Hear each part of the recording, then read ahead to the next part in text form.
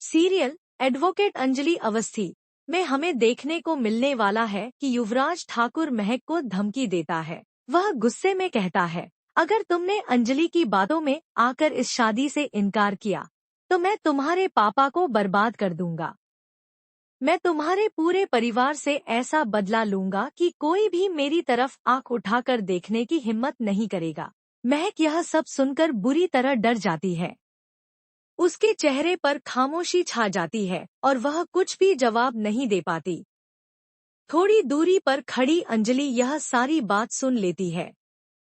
वह समझ जाती है कि महक अब युवराज से पूरी तरह डर चुकी है। अंजलि मन ही मन सोचती है, अगर शादी से पहले ही युवराज महक को इस हद तक डरा सकता है तो शादी के बाद उसकी जिंदगी नर्क बना देगा।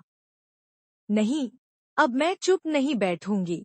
वह ठान लेती है कि अगर महक खुद हिम्मत नहीं जुटा पा रही है तो अब उसे ही कोई बड़ा कदम उठाना होगा।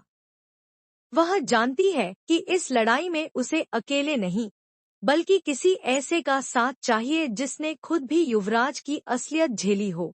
तभी अंजलि को याद आता है पद्मा, वही पद्मा जिसे अब तक न्याय नहीं मिला है, जिसके ज़ख्म आज भी हरे हैं।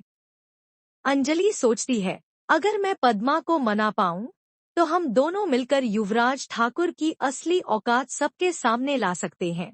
अंजलि पद्मा से मिलती है और उसे सब कुछ बता देती है।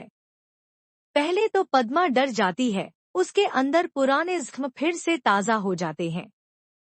लेकिन जब वह अंजलि की आंखों में सच्चाई और हिम्मत देखती है तो उसका डर धीरे धीरे खत्म होने लगता है।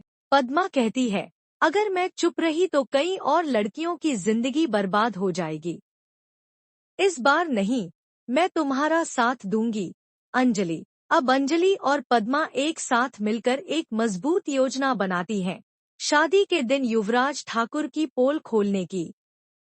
इस लड़ाई में दांव पर सिर्फ महक की जिंदगी नहीं है बल्कि इंसाफ और सच का सम्मान भी है। अब सवाल यह है, क्या पद्मा और अंजलि युवराज ठाकुर की सच्चाई सबके सामने ला पाएंगी?